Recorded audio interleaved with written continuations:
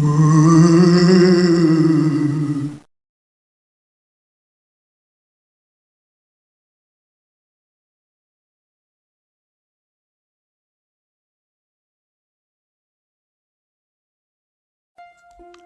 hora de terminar con esto.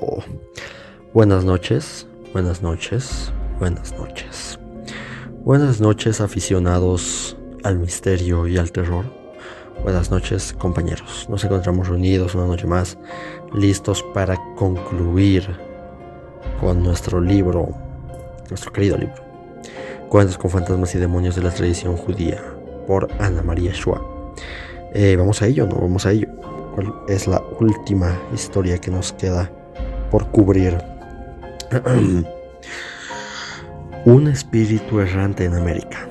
No todos los chicos que tienen las orejas salidas son tan bravos como era Jacob Perlstein. Jacob para sus padres, Jacobo en su cédula de identidad y Coco para los chicos del barrio.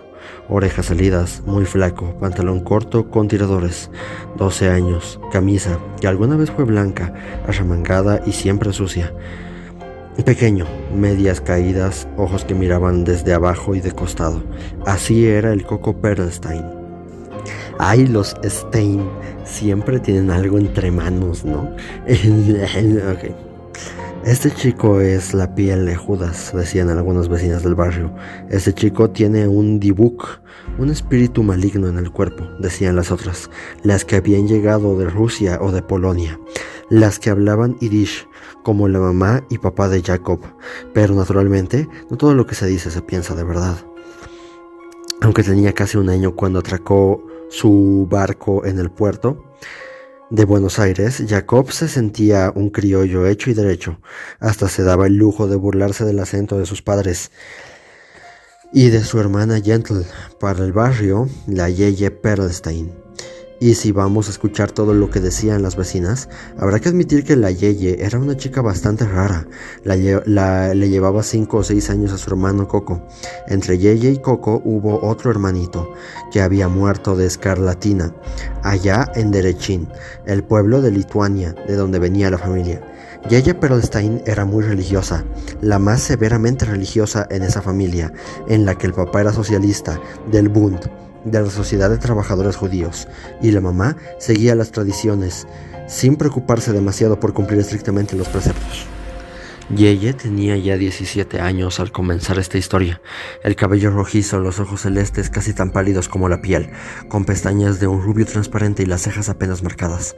La Yeye vivía la tercera parte de su vida rezando, otro tercio ocupada en cumplir con todas las exigencias de la religión judía, y el tiempo que quedaba lo dedicaba a sufrir las travesuras de Coco, quien la tenía como su blanco predilecto. La chica lloraba y suspiraba como una vieja, todo le parecía pecaminoso, parecía haber nacido para víctima, y nunca se le conoció novio. No era capaz de poner un pie delante del otro sin consultar al viejo rabino si su pie, así adelantado, estaría o no dentro de los límites marcados por la ley. Su padre se irritaba tanto con su excesiva devoción como con la mala conducta de Jacob. A decir verdad, hasta el viejo rabino de la sinagoga del barrio estaba un poco harto de ella.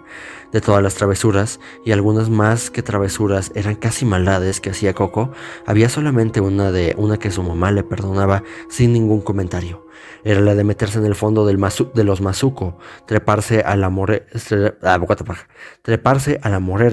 y darse un banquete de moras que dejaba espantosas huellas indelebles en su camisa, nunca del todo blanca. Moras son fruta, empezaba diciendo la mamá, cuando su marido se enojaba de verla luchando otra vez con la lavandina y la ropa de Jacob.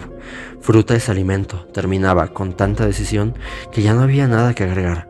Un día, la Yeye abrió un cajón de su ropero y lanzó un grito horrible.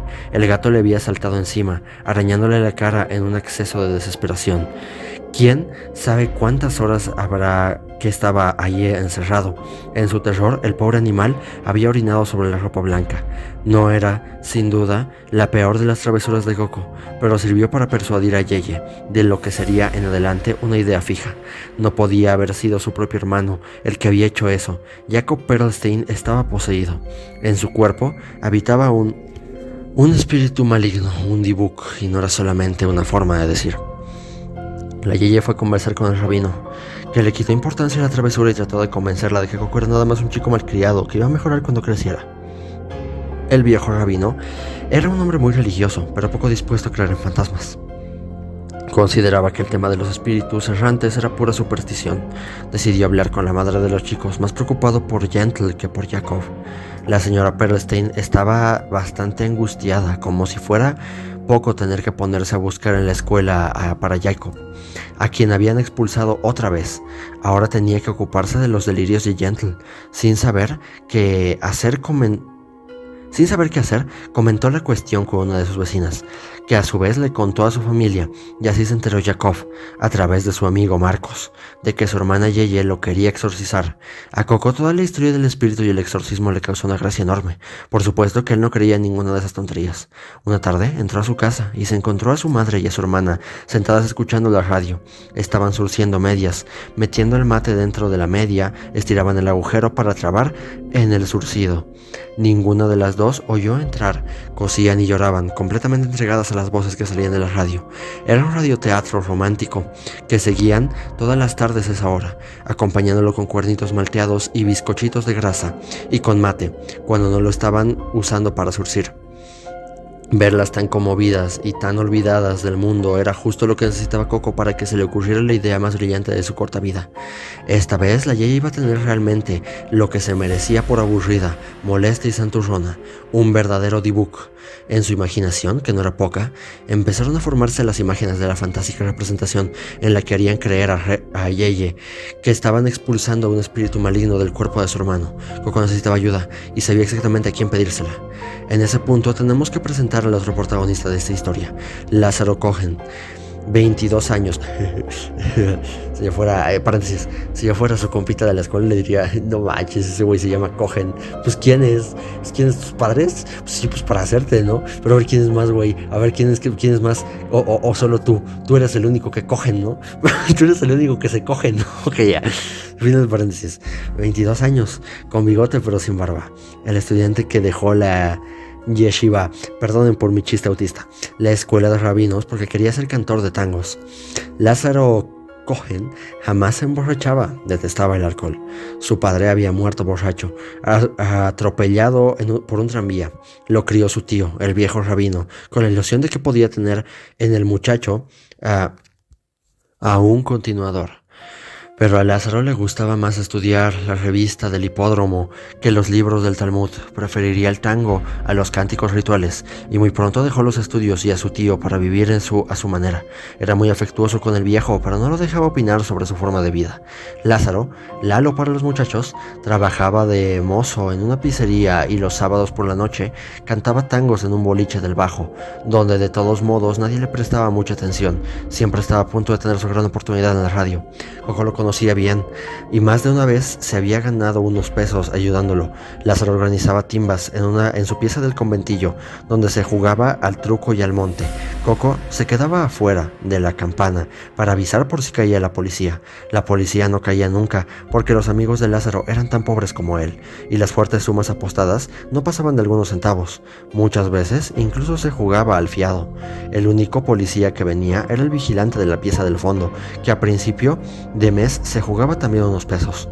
Coco no tenía dudas de que a Lalo le iba a encantar su idea. El muchacho tenía pasta de actor y era el más peligroso bromista del barrio. En el Día de los Inocentes era capaz de todo, y se decía que había conseguido hacerle creer al mismísimo vendedor de la lotería que se había ganado el premio gordo de Navidad.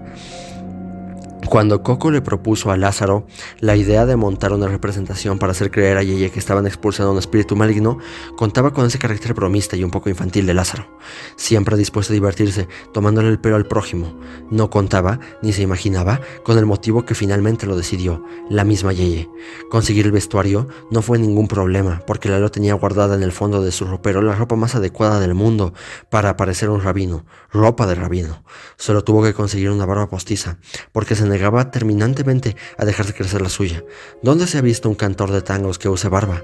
Como ya sabían los días y horas en que Yeye iba a visitar al viejo rabino, Lalo buscó una buena razón para ocupar a su tío lejos de allí y recibió a Yeye en su lugar. La chica se sorprendió de encontrarse con un extraño, pero también pensó que este hombre, a pesar de ser muy joven, parecía tan sabio y tan santo como el anciano, con su levitón y su sombrero negro. Quizás escucharía su reclamo, y no se equivocó. Por suerte, el nuevo rabino sí creía en los espíritus malignos y estaba perfectamente dispuesto a luchar contra ellos. Lalo citó pasajes de la Biblia en hebreo, habló de fantasmas y demonios, y se demoró quizás un poquito más de lo necesario en el tema de las tentaciones. La Yeye estaba preciosa, con su cara pecosa, contenta y animada por la ilusión de salvar a su hermano de las garras del alma maldita. La ceremonia no podía hacerse en la sinagoga, porque el viejo rabino, aunque muy buena persona, era un incrédulo y no daría su permiso, pero por suerte el joven rabino podía disponer del galpón de la ferretería. Allí la esperaba, con 10 hombres judíos mayores de 13 años. Cuando hubiera terminado el Shabbat, o sea, el día sábado, apenas saliera la primera estrella. Estaba oscureciendo como a las 7 de la tarde y Lalo no tenía que cantar en el boliche hasta después de las 10 de la noche. Y ella debía llevar a su hermano, atrayéndolo con alguna excusa, porque si el espíritu errante se daba cuenta de que lo estaban preparando, se negaría a asistir. Además de su hermano, pidió permiso para que le acompañara a una amiga, y el joven rabino aceptó de inmediato. Un exorcismo en el galpón de una ferretería no es la cosa de todos los días, y la Yeye Perlstein tendría que haber sospechado si no fuera porque tenía solo 17 años y muy poca experiencia en los usos y costumbres de este mundo. Su hermano Coco ahuyentó sus posibles sospechas, negándose terminantemente a acompañarla a ningún lado ese sábado a la nochecita. Después de mucho hacerse rogar, aceptó con la condición de que Yeye le comprara con sus ahorros 10 chocolatines águila con figurita. En cualquier ceremonia religiosa judía deben estar presentes 10 varones judíos mayores de 13 años. A Lázaro y Coco no les había resultado fácil reunir a un grupo que tuviese un aspecto confiable.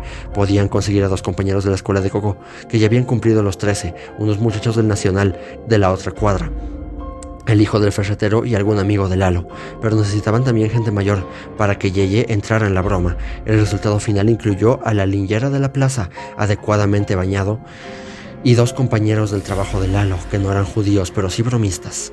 Cuando Yeye y su amiga Paulina trataron de meter a Coco en el galpón de la ferretería, el chico empezó a resistirse y retorcerse, fingiendo que trataba de escapar. «No, por favor, no me obliguen a entrar allí». El teatro había comenzado. Lalo con su manto de oraciones... ¡Wow! Se acaba de cerrar mi libro. Un momento. Con su manto de... Ahí está. De oraciones sobre los hombros, se acercó a la puerta y gritó con la voz estruendosa: «Yo, Lázaro, hijo de Elías, te ordeno que entres». «Quiero entrar, pero no puedo», contestó Coco, poniendo cara de miedo. Esa fue la última vez a lo largo de esa noche que se oyó su verdadera voz. «Espíritu que habitas en el cuerpo de este niño», gritó Lázaro, «te ordeno que entres». Después de eso, las 2 chicas consiguieron arrastrar a Coco dentro del galpón. Sentados en semicírculo sobre cajones llenos de mercadería, había 10 varones más o menos judíos, tratando de no reírse, con un aspecto a medias conveniente. El mejor de todos era el linjera, porque era el único que tenía barba verdadera y porque la borrachera le daba una enorme seriedad. En el teatro Yiddish estaban dando para esa época el Dibuk, una obra famosa de un tal Ansky. Si Yeye no hubiera sido tan exagerada que hasta el teatro le parecía pecado, podría haber ido a verla con sus padres. Entonces seguramente hubiera reconocido muchas de las palabras que decía Lázaro, que se había inspirado en el drama de Ansky. «Yo, Lázaro, hijo de Elías, te ordeno que digas tu nombre». «No quiero decir mi nombre delante de todas esas personas», chilló Coco, revolviendo los ojos y poniendo voz de espíritu. «¿Acaso no sabes, maldito, que la Torá prohíbe a los muertos habitar entre los vivos?» «Es que no tengo dónde ir», siguió Coco. «Toda clase de demonios malignos me cierran el paso». Y ahora su voz estaba realmente cambiada. «Pido permiso a los 10 hombres aquí presentes para expulsar este espíritu maligno del cuerpo de Jacob Perlstein», dijo solemnemente Lázaro. «Amén», contestaron los 10 hombres, mientras las chicas daban gritos de terror que aumentaban la diversión. «Si no me obedeces, mis maldiciones y conjuros caerán sobre ti. Si me obedeces, usaré el poder de mi brazo para reclamar tu alma y salvarla de los demonios». Entonces, Jacob Perlstein, Coco para los amigos, 12 años de travesuras en el límite de la maldad, dejó caer su cabeza hacia el costado, como si su cuello no pudiera sostenerla. Era una posición muy rara. Hasta Lázaro se sobresaltó. Una baba espesa, espumosa, empezó a brotar por sus labios, entreabiertos. Aunque siguió hablando, su boca ya no se movía. Empezó a repetir una y otra vez una frase en un idioma que no era castellano. Pero tampoco lo era Yiddish. Nadie podía entender lo que estaba tratando de decir. Lázaro pensó que Coco estaba exagerando y se le acercó para sacudirlo y hablarle al oído, pero Yeye lo detuvo. «Está hablando en polaco», dijo. «Yo entiendo un poco, está diciendo su nombre. Dice que se llamó en vida Jan Podolski». Bueno, por lo visto, Coco había calculado que su hermana lo iba a entender, pero a Lalo le daba fastidio que ese chiquilín lo preocupara saliéndose del libreto.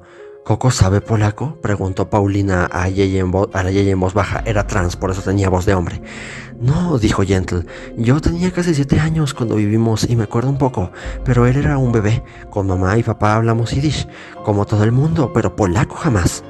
Espíritu de Jan Poloski, siguió Lázaro, ya repuesto del sobresalto. Dinos qué haces aquí. Con la ayuda de Yeye, que traducía con dificultad, el espíritu de Jan Podolsky, contó que, habiendo cometido un pecado terrible, se había suicidado ahogándose en el mar, que los peces comieron su cuerpo y su espíritu entró en el cuerpo de un pez. El pez era un enorme tiburón que iba siguiendo un barco para comer los desperdicios que tiraban por la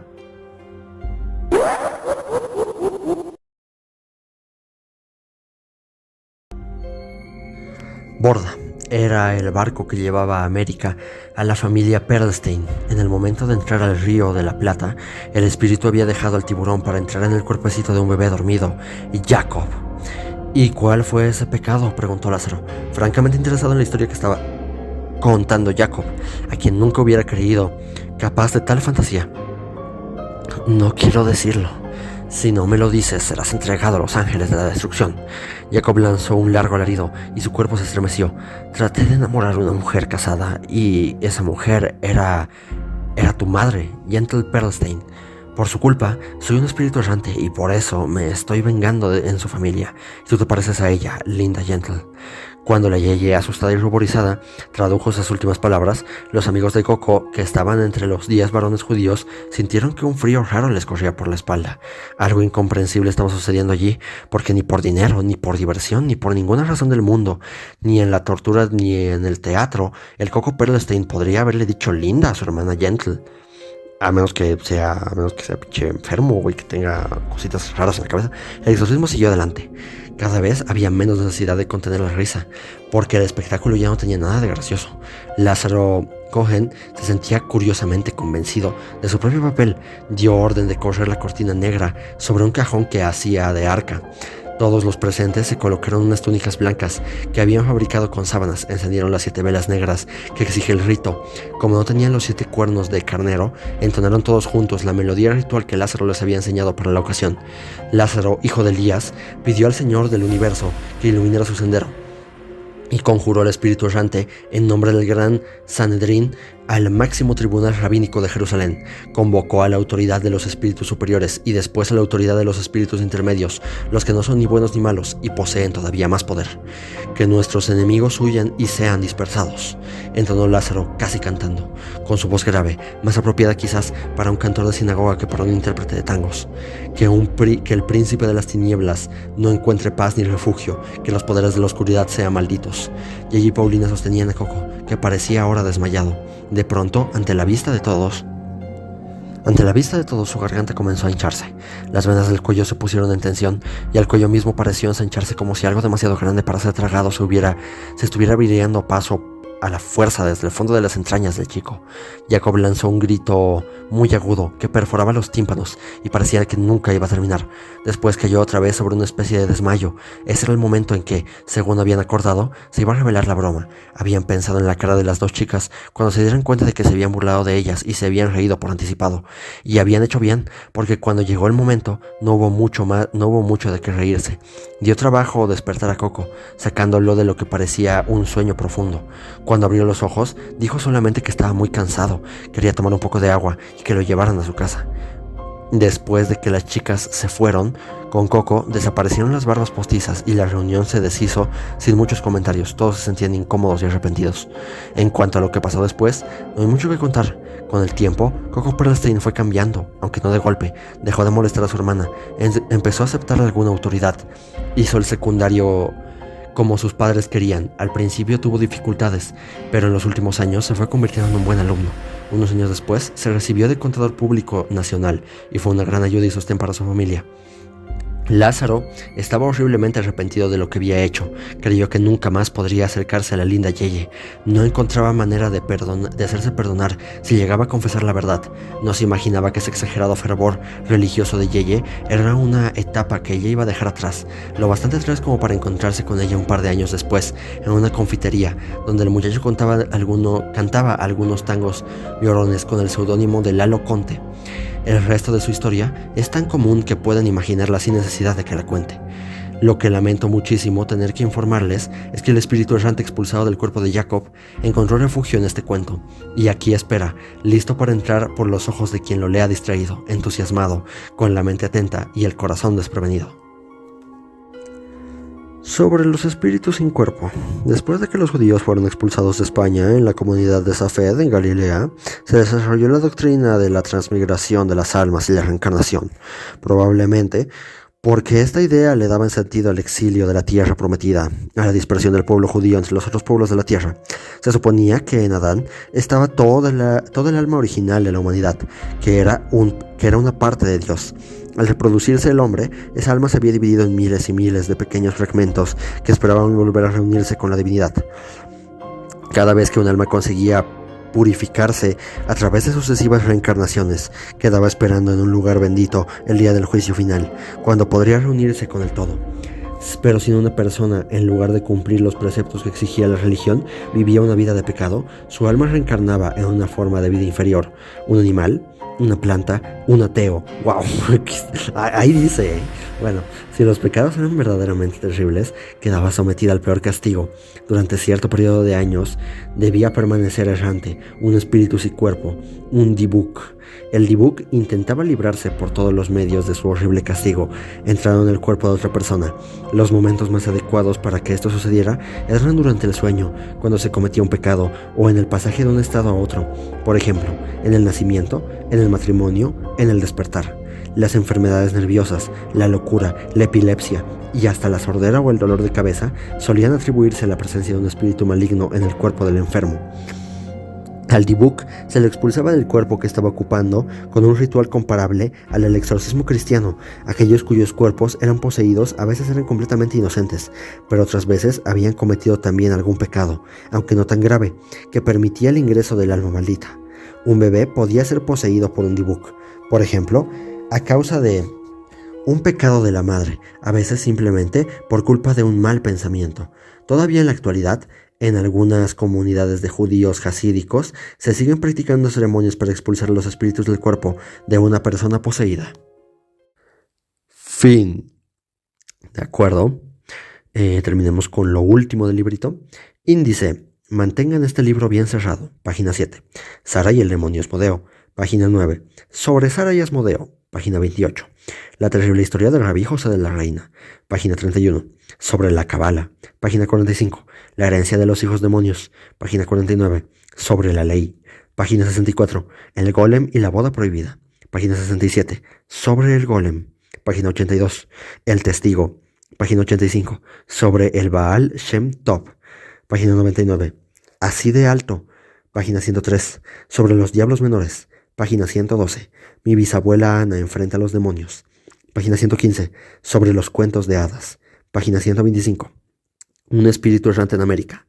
Página 127. Sobre los espíritus sin cuerpo. Página 144. Otros títulos de esta serie. Piedras volando sobre el agua, de Marcelo Birmayer. Detectives en Bariloche, de María Brandan Araoz. Tratado Universal de Monstruos, de Lucía Laragione.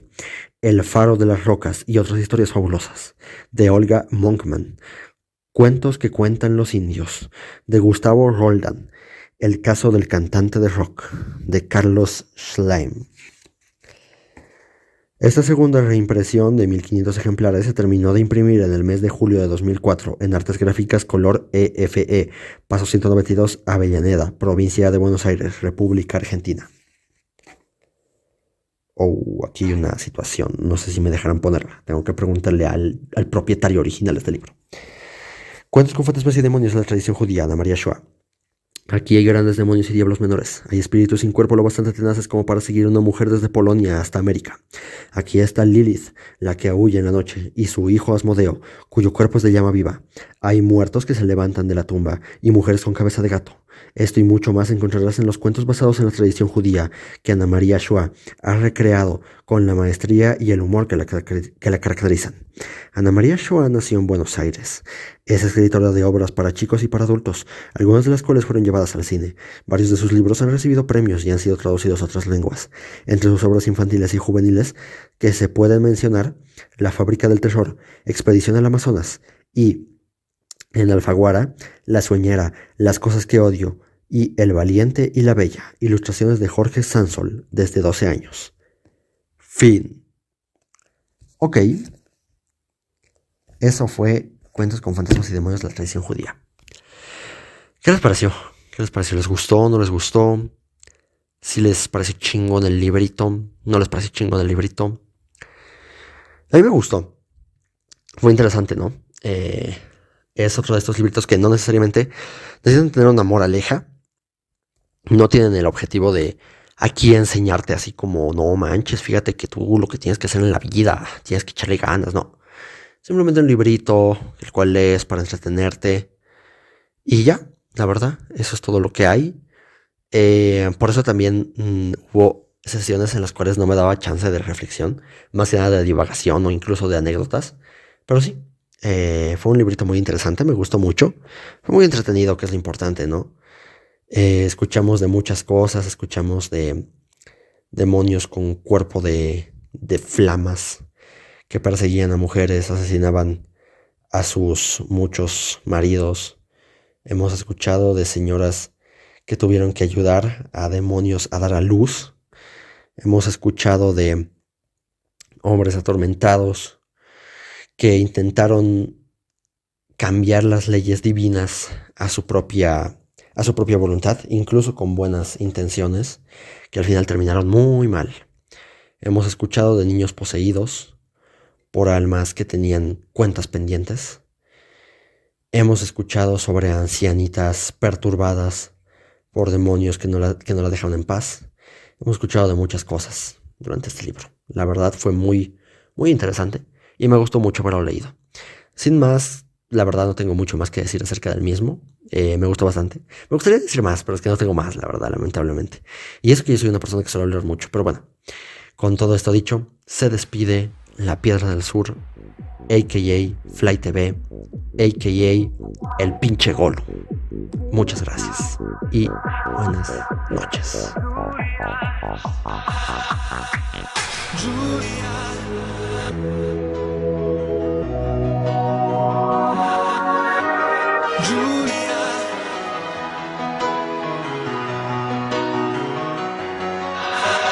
Giulia, oh mia cara, ti prego salvami tu che sei l'unica, mio amore, non lasciarmi da solo in questa notte gelida, per favore, non vedi dentro i miei occhi la tristezza che mi fulmina, non scherzare, sto in mare aperto e mi perdo e tu sei la mia ancora.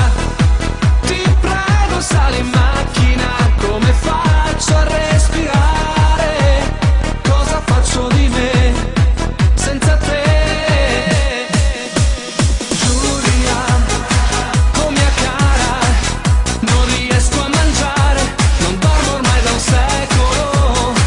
Non mi credi? Senti la mia voce, è con questa che ti supplico. Tu che sei mio angelo, non lasciare ma dammi il tuo amore, ma dammi il tuo amore.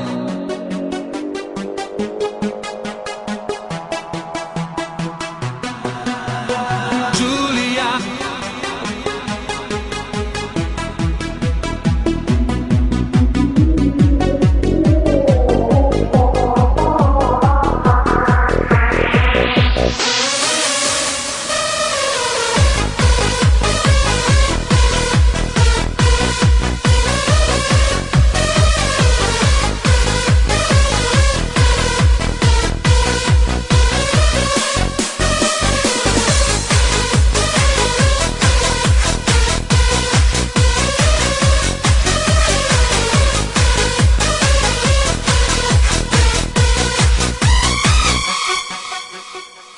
il tuo amore, dammi il tuo amore. Giulia, oh mia cara, ti prego salvami tu che sei l'unica. Mio amore, non lasciarmi da solo in questa notte gelida. Per favore, non vedi dentro i miei occhi la tristezza che mi fulmina. Non scherzare, sto in mare aperto e mi perdo e tu sei la mia ancora. Ti prego sali in macchina, come faccio a respirare? Cosa faccio di me senza te? Giulia, oh mia cara, non riesco a mangiare, non dormo ormai da un secolo. Non mi credi? Senti la mia voce, è con questa che ti supplico. Tu che sei mio angelo, non lasciarmi in mano agli avvoltoi. Fai quel che vuoi, ma dammi il tuo amore.